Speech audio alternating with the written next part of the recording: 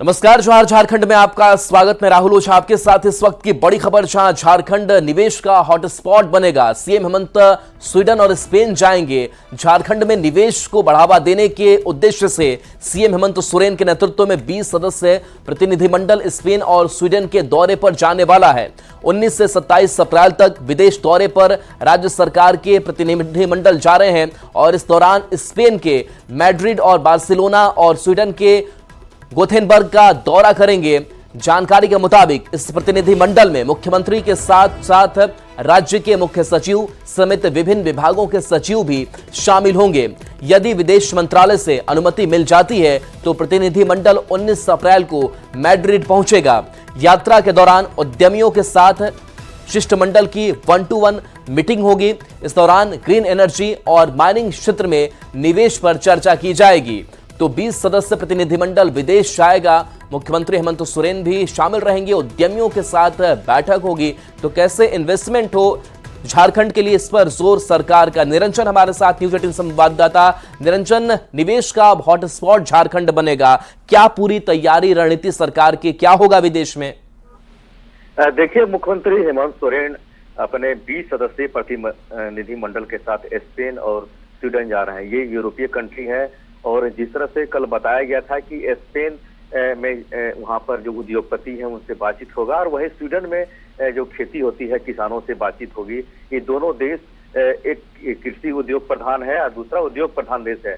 दोनों देशों के साथ समीक्षा बैठक भी करेंगे। 20 प्रतिनिधि मंडल भी जा रहे हैं साथ में। इसमें जो अधिकारी हैं कृषि विभाग के, उद्योग विभाग के दोनों अधिकारी जा रहे हैं। निश्चित तौर पर 19 से 27 अप्रैल तक ये लोग दौरे पर रहेंगे और साथ साथ में सबसे अहम ये है कि जो विदेश दौरे पर ये जा रहे हैं उसमें कई दौर की बात पिछले कई दिनों से हुई थी। यानी जब से सत्ता में आए हैं, पिछले 5 साल में भी सत्ता में रहे थे, उसके बाद इन्होंने दोबारा सत्ता संभाला है।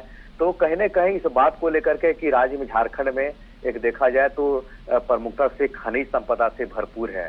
तो यहाँ पर किस तरह से उद्योग लगाया जाए और किस यहाँ पर संभावना जो बन रही है, निश्चित तौर पर ये बड़ी उपलब्धि होगी सरकार के लेकर के, क्योंकि यहाँ पर कई तरह की माइंस हैं, कई तरह का नदियां हैं, पहाड़ है, जंगल है, इससे भरा पूरा राज्य है। उसको लेकर के मुख्यमंत्री ने पहल की है और जबकि 19 से 27 अप्रैल तक रहेंगे, उसको लेकर के कल कैबिनेट में भी प्रस्ताव पेश हुआ है और निश्चित तौर पर ये बड़ी उपलब्धि रहेगी। और सबसे महत्वपूर्ण बात है कि 2 चीजें इसमें सामने निकल के आ रही है, ये ग्रीन एनर्जी और दूसरा माइनिंग का क्षेत्र, और तीसरा जो आपको मैंने बताया कि कृषि को लेकर के भी यहाँ पर निवेश किया जा सकता है, क्योंकि यहाँ जंगल, पहाड़ है, ऊपर खावर जमीन है। इसको लेकर के भी किस तरह से यहाँ पर कृषि को लगाया जा सकता है, उसको लेकर के भी प्रतिनिधि मंडल के साथ जा रहे हैं। 19 अप्रैल को सबसे पहले आपको बता दें कि मैड्रिड पहुंचेगा। यहाँ पर जो उद्योगपति होंगे उनके साथ 1-to-1 मीटिंग होगी। इस 1-to-1 मीटिंग में ग्रीन एनर्जी और माइनिंग के क्षेत्र पर निवेश पर चर्चा होगी और वहीं दूसरी ओर जो आपको, चलिए बिल्कुल, तो बड़ी तैयारी है इस इन्वेस्टमेंट को लेकर। बहुत बहुत शुक्रिया निरंजन इस अपडेट के लिए आपका। और देखिए, मुख्यमंत्री सहित राज्य के आला अधिकारियों के विदेश दौरे पर सवाल उठने लगे हैं। बीजेपी ने सरकार की इस तैयारी को सरकारी पैसे पर घूमना बताया है। बीजेपी विधायक सीपी सिंह ने विदेश दौरे की आलोचना करते हुए कहा, निवेश को लेकर यदि यह दौरा है तो अच्छी बात है, लेकिन जो पीछे का इतिहास रहा है उससे नहीं लगता कि इससे कोई फायदा होगा। कहना है कि यहाँ देश के बड़े बड़े उद्योगपति भी झारखंड में उद्योग नहीं लगाना चाहते, क्योंकि यहाँ लाइन ऑर्डर की स्थिति ठीक नहीं, क्योंकि यहाँ जान देंगे जमीन नहीं रहेगी, कोई हवा में उद्योग तो खड़ा होगा नहीं। तो ऐसी स्थिति में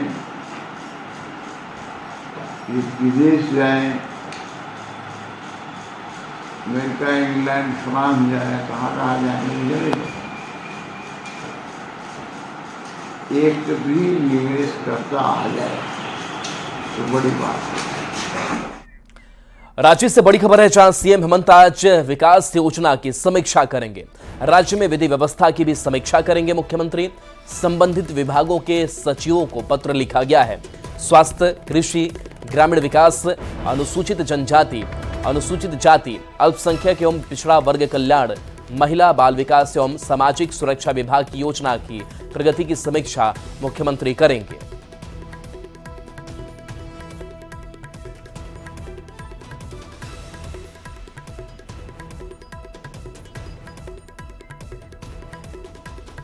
न्यूज 18 के खास कार्यक्रम राइजिंग भारत में पीएम मोदी ने कहा कि देश का मुसलमान 1947 में देश के विभाजन को समर्थन नहीं करता था। उन्होंने कहा कि कांग्रेस पर तुष्टीकरण की राजनीति का आरोप भी लगाया और कहा कि तुष्टीकरण भारत की मूल अवधारणा के खिलाफ है। अलग देश का विचार सामान्य मुस्लिमों का नहीं था, अलग देश का विचार कुछ कट्टरपंथियों का था। आजादी के वक्त तुष्टीकरण का बीज बोया गया था। तुष्टीकरण से कांग्रेस को तो सत्ता मिली, लेकिन आम मुसलमानों को सिर्फ बेरोजगारी और बेचारगी मिली। I request a huge round of applause. ये तुष्टीकरण की राजनीति कोई नई नहीं है। इसका बीज हमारे स्वतंत्रता संग्राम के समय ही बो दिया गया था।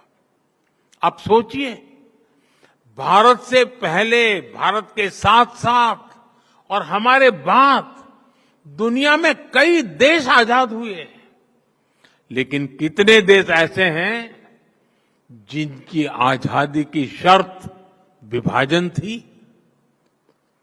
कितने देश हैं जो आजादी के साथ ही टूट गए? भारत के साथ ही ऐसा क्यों हुआ? क्योंकि उस समय राष्ट्र के हित से ऊपर सत्ता का मोह रख दिया गया। अलग देश का विचार सामान्य मुस्लिम परिवारों का नहीं था, बल्कि कुछ कट्टरपंथियों का था,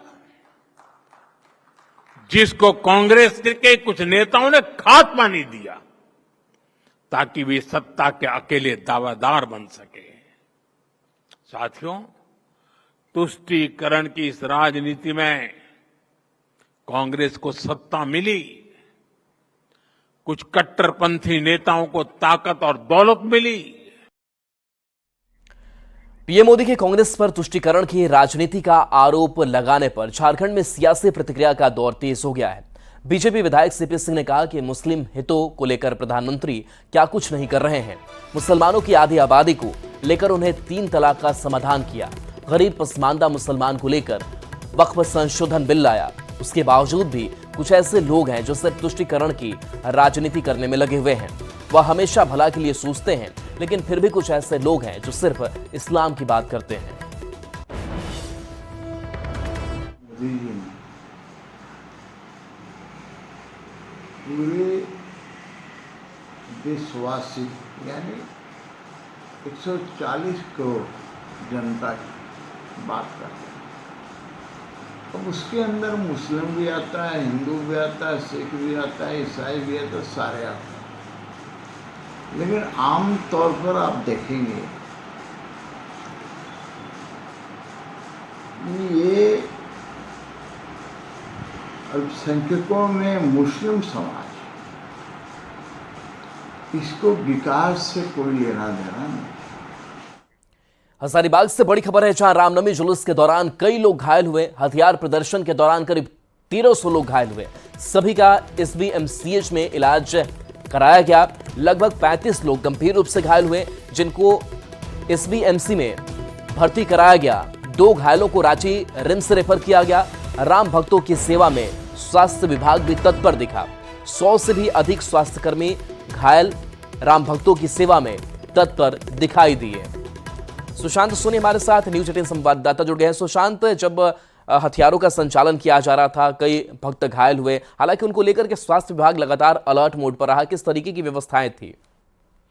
जी, आपको बता दें कि जिस तरीके से हजारीबाग का रामनवमी विश्वविख्यात माना जाता है, इसको लेकर जो तैयारियां हैं 1 माह पूर्व से ही चल रही थी। हजारीबाग के शेख भिखारी मेडिकल कॉलेज में भी अतिरिक्त बेड लगाए गए थे और जो तमाम जो स्वास्थ्य कर्मी थे उन्हें अलर्ट किया गया था ताकि किसी भी तरह का जो अनहोनी हो, क्योंकि मेन होता है कि हथियार का जो परिचालन राम भक्त करते, तो ऐसे में तत्परता काफी अधिक देखी। जैसे ही कोई भी जख्मी होते थे या फिर घायल होते थे तो तुरंत उसे चिकित्सीय सेवा दी जाती थी। जगह जगह पर कैंप भी लगाए गए थे ताकि तुरंत उन्हें जो है फर्स्ट प्राथमिकी उपचार किया जा सके। जी, चलिए, शुक्रिया सुशांत इस अपडेट के लिए आपका।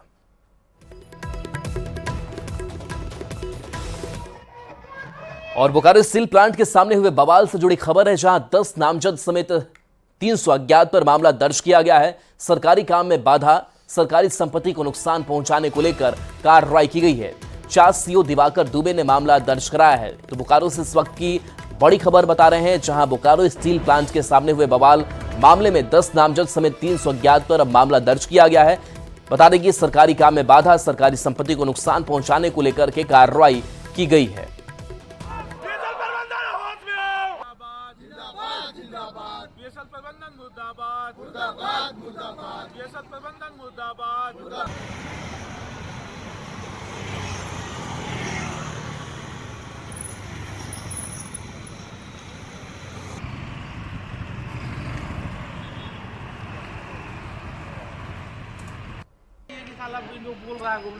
देखिए, इस मामले में कार्रवाई की गई है। 10 नामजद और 300 अज्ञात के खिलाफ है मामला दर्ज किया गया है। सरकारी काम में बाधा डालने का इनके ऊपर आरोप।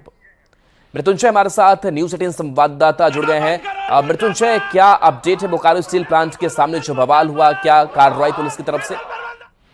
देखिए, जिस प्रकार से 3 अप्रैल को बोकारो स्टील प्लांट प्रशासनिक भवन के समक्ष विस्थापित अप्रेंटिस और बोकारो स्टील के सुरक्षा कर्मियों के बीच बवाल हुआ था, उसी मामले में जो चास के अंचल अधिकारी हैं दिवाकर दुबे, उन्होंने कल सिटी थाने में मामला दर्ज कराया है।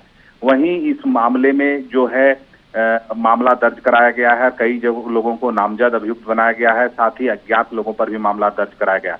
हम कह सकते हैं कि उनका कहना है कि जो उपद्रवी हैं, जो विस्थापित हैं, उन्होंने राष्ट्रीय संपत्ति को क्षति पहुंचाई, साथ ही साथ सरकारी काम में बाधा डाला। हम कह सकते हैं कि जिस प्रकार से मामला दर्ज करने में देरी हुई और मामला कल दर्ज किया गया है, तो इसमें कई सवाल भी खड़े हो रहे हैं कि आखिर इतनी देरी क्यों हुई जब मजिस्ट्रेट वहां तैनात थे। तब देखना यह है कि यह आंदोलन अब जो है तेज होने के कगार पर दिख रहा है, क्योंकि विस्थापित भी जब मामला दर्ज हो रहा है तो विस्थापितों में कहीं ना कहीं उबाल देखा जा रहा है। जी मृत्युंजय, आप हमारे साथ बने रहिए। एक और खबर पर वापस लौटते हैं। और देखिए, दूसरी जो बड़ी खबर है वो बोकारो स्टील प्लांट से ही जुड़ी हुई है। और खबर यह है कि विधायक श्वेता सिंह पर एफआईआर दर्ज की गई है, उनके समर्थकों पर एफआईआर दर्ज हुई है। विधायक जयराम महतो ने बीएस सिटी थाने में एफआईआर दर्ज करवाई है। 3 अप्रैल को बोकारो स्टील प्लांट में गेट में विस्थापित युवक की मौत के बाद पहुंचने पर बोकारो विधायक और उनके समर्थकों ने जयराम महतो पर हमला किया था। विधायक जयराम की गाड़ी का नेम प्लेट भी तोड़ा गया था। और हमारे साथ फोन लाइन पर मृत्युंजय मौजूद है। मृत्युंजय, जो जयराम महतो ने एफआईआर दर्ज करवाई है, उसमें क्या आरोप है?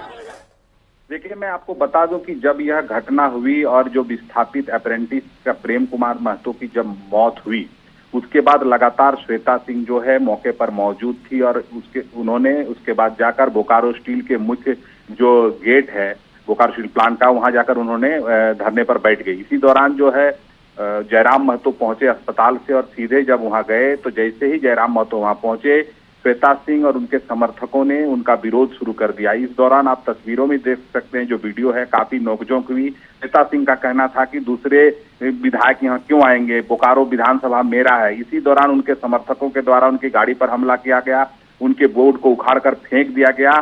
तो हम कह सकते हैं कि इसी मामले में जयराम महतो ने नामजद प्राथमिकी दर्ज कराई है और उनके समर्थकों पर। तो कह सकते हैं कि एक विधायक दूसरे विधायक पर जिस प्रकार मामला दर्ज करा है, काफी गंभीर मामला है। अब देखना यह है कि प्रशासन इस पर किस तरह की कार्रवाई करती है। जी चलिए, शुक्रिया मृत्युंजय अपडेट के लिए। और जमशेदपुर से बड़ी खबर, जहां साक्षी के एक होटल में नाबालिग से दुष्कर्म मामला सामने आया है। प्रेम जाल में फंसाकर दुष्कर्म का आरोप लगा है। नाबालिग की शिकायत पर मामला दर्ज हुआ है। 2 युवक को पुलिस ने इस मामले में गिरफ्तार भी किया है। साक्षी थाना क्षेत्र का यह मामला सामने आया है, जहां प्रेम जाल में फंसाकर रेप किया गया, यह आरोप लगा। नाबालिग की शिकायत पर मामला दर्ज किया गया है और 2 युवक को पुलिस ने गिरफ्तार किया है। साक्षी थाना क्षेत्र का यह मामला सामने आया है।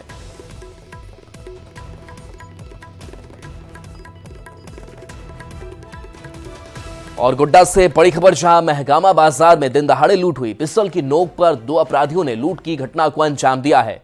दुकानदार से सोने के जेवरात लूट लिए गए। घटना को अंजाम देकर अपराधी फरार हो गए। 2 लाख रुपए के जेवरात लेकर अपराधी फरार हो गए और अपराधियों के भागने का यह वीडियो सीसीटीवी में कैद हुआ है, जो बाइक से भागते हुए दिखाई दे रहे हैं। महगामा थाना क्षेत्र का यह मामला सामने आया है। निकाला तो चैन था, सटाया, निकाल लिया, अंगूठी था निकाल लिया। कौन था, पहचान में आया कुछ? कुछ पहचान में नहीं आया। आप दुकान में बैठे थे तो क्या सटाया? स्टॉल लगा।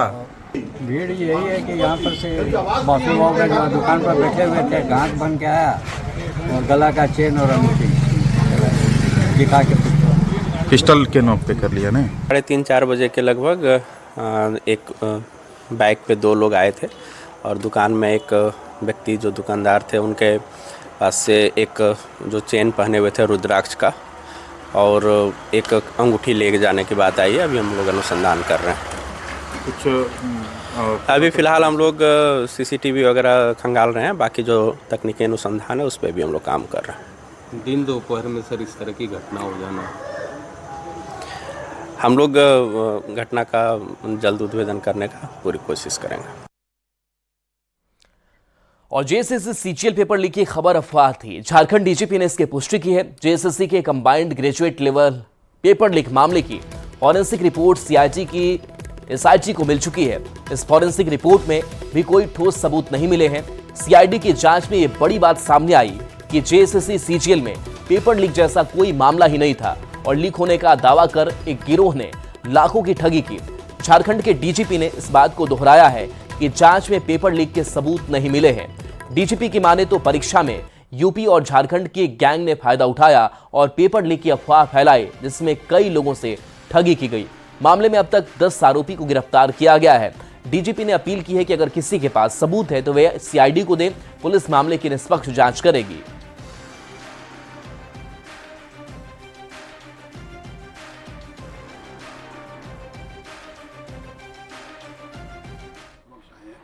उसमें पेपर लीकेज के प्रमाण हमको नहीं मिले हैं। और जैसा कि मैंने पहले बताया कि हमने करीब 5-6 दिन तक अखबारों में ऐड निकाल करके लोगों से कमेंट्स या आवेदन या इन्फॉर्मेशन प्राप्त की थी। करीब 55-60 ऐसे कमेंट हमारे पास में आए थे। उन सब का हमने एग्जामिनेशन किया। उसमें एक इम्पॉर्टेंट था, किसी बच्चे ने एक कागज़ पर हाथ से लिखे हुए answers, no question only answer लिख करके भेजे कि भाई ये जो है एग्ज़ाम के पहले उसने एक दूसरे बच्चे को ये पेपर देखा था।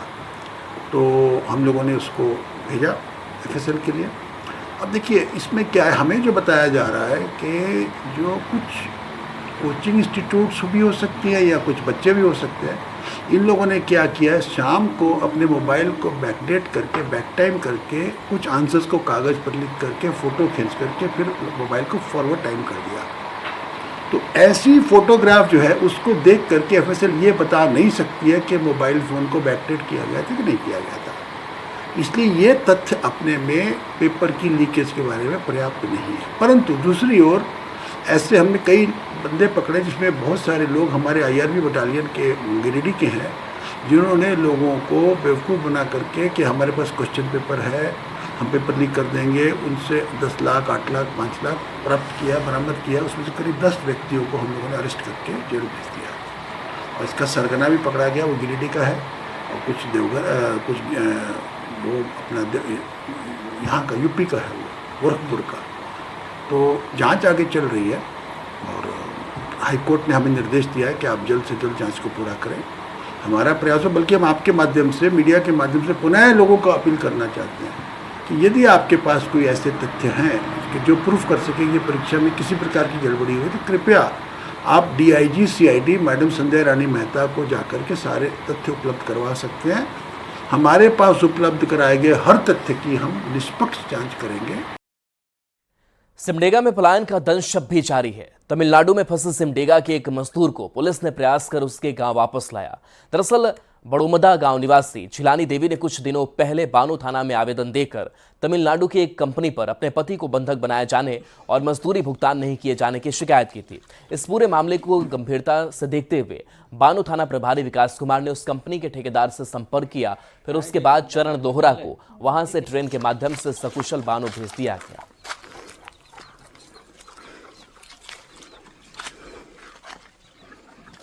या नागा कंपनी में हम काम कर रहे थे, तो नागा कंपनी में काम कर रहे थे। ठेकेदार था या उड़ीसा का, ठेकेदार का नाम लिटू। वो हमको परेशान किया, पैसा 1 रुपया भी नहीं दिया। और वो हमको धमकी चमकी कर रहा था, कुछ भी मेरे को पैसा नहीं दिया, ना कुछ कहीं भी वो लोग घूमने नहीं दे रहे थे, जेहल की तरह वहीं हमको खटा रहा था वो लोग। प्रतिनिधि थाना मिल कर के हम लोग काफ़ी कोशिश किए और थाना प्रभारी बानो बहुत प्रयास किया और उसी के चलते हमारे चरण लोहरा अपना घर परिवार में मिलने को पाते हैं और हम लोग बहुत खुश हैं। मौसम से जुड़ी खबर है, जहां झारखंड में आज से मौसम बदलेगा। अधिकतम तापमान में 4 डिग्री तक गिरावट के आसार हैं। 10 अप्रैल को हल्की बारिश की संभावना है, बादल छाए रहेंगे, तेज हवाएं चलने के आसार हैं। मौसम विभाग ने अलर्ट जारी किया है, तो थोड़ी राहत मिलने वाली है गर्मी से, क्योंकि बताया जा रहा है कि अधिकतम तापमान में 4 डिग्री तक गिरावट के आसार हैं। 10 अप्रैल को हल्की बारिश की भी संभावना है। राजधानी रांची समेत पूरे झारखंड में तापमान में गिरावट हुई है और तापमान में गिरावट की वजह से मौसम सुहाना हो गया है। राजधानी रांची समेत झारखंड के विभिन्न हिस्सों में बुधवार से अधिकतम तापमान में कमी आ सकती है। मौसम विभाग के अनुसार 10 मार्च को बादल छाए रहेंगे और कुछ स्थानों पर बारिश होगी। बारिश के साथ साथ कहीं कहीं तेज हवा, मेघ गर्जन और वज्रपात होने के आसार हैं। अधिकतम पारा में 4 डिग्री तक की गिरावट होगी।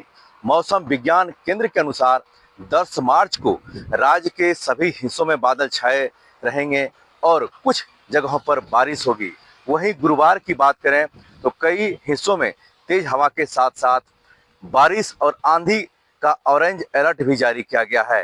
राज्य में मौसम का उतार चढ़ाव देखा जा रहा है और तापमान में भी गिरावट देखी जा रही है। निश्चित तौर पर पिछले अगर हम एक सप्ताह की बात करें तो 2 से 3 डिग्री का तापमान ऊपर और नीचे हुआ है, लेकिन आज की बात करें तो पूरे झारखंड सहित रांची में मौसम सुहाना हुआ है और आसमान में बादल छाए हुए हैं। रांची से निरंजन।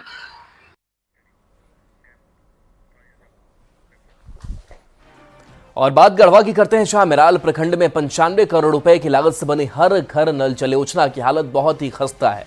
पिछले 4 सालों से चल रही इस योजना का उद्देश्य था कि ग्रामीणों को शुद्ध पेयजल मुहैया कराया जाए, लेकिन अब तक यह सपना पूरा नहीं हो सका है।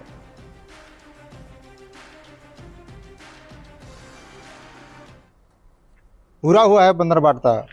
हाँ, मैंने समझिए कि ये खाली पाइप भर गाड़ करके छोड़ दिया गया है आज साल भर से पहले से, और कहीं पानी से कोई नसीब नहीं।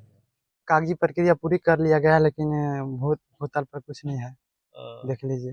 पानी आया है कि पानी कभी नहीं आया है, तो लगा है पानी नहीं कभी है कहियो नहीं। कब बोल कनेक्शन? साल भर से ज्यादा ही होलो, कम नहीं होलो कनेक्शन। ठेकेदार बोलबा कि हम पानी कनेक्शन दे रहे हैं। नहीं, हमार पानी कहियो अइले नहीं खे।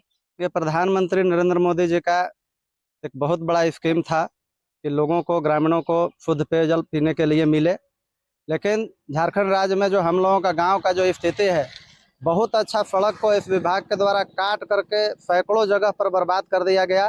केवल सिर्फ पाइप और दरवाजा के सामने केवल नल लगा हुआ है। आज तक किसी को एक बूंद पानी का नसीब नहीं हुआ। इस क्षेत्र में करोड़ों करोड़ रुपए घोटाले का रोज मामले आ रहे हैं। जैसे संवेदक को इसकी जानकारी दे दी गई है और उन पर दबाव बनाया गया है कि वो अपना काम यथाशीघ्र करे, ताकि गर्मी में आम जनों को जलापूर्ति हो सके। हाँ, ऐसी शिकायतें मिली है, जैसे कि संवेदक द्वारा बताया गया कि वहाँ पर घर बनाने वाले हैं, या ये इंदिरा आवास या प्रधानमंत्री आवास के तहत वहाँ बनना है घर, तो उस क्रम में वो दिया है, लेकिन उसको हम लोग काउंट एफएसटीसी में नहीं किए हैं और ना ही उसका कभी भुगतान हुआ है। और चलिए, न्यूज़ 18 बिहार झारखंड पर खबरें आपके लिए लगातार जारी हैं।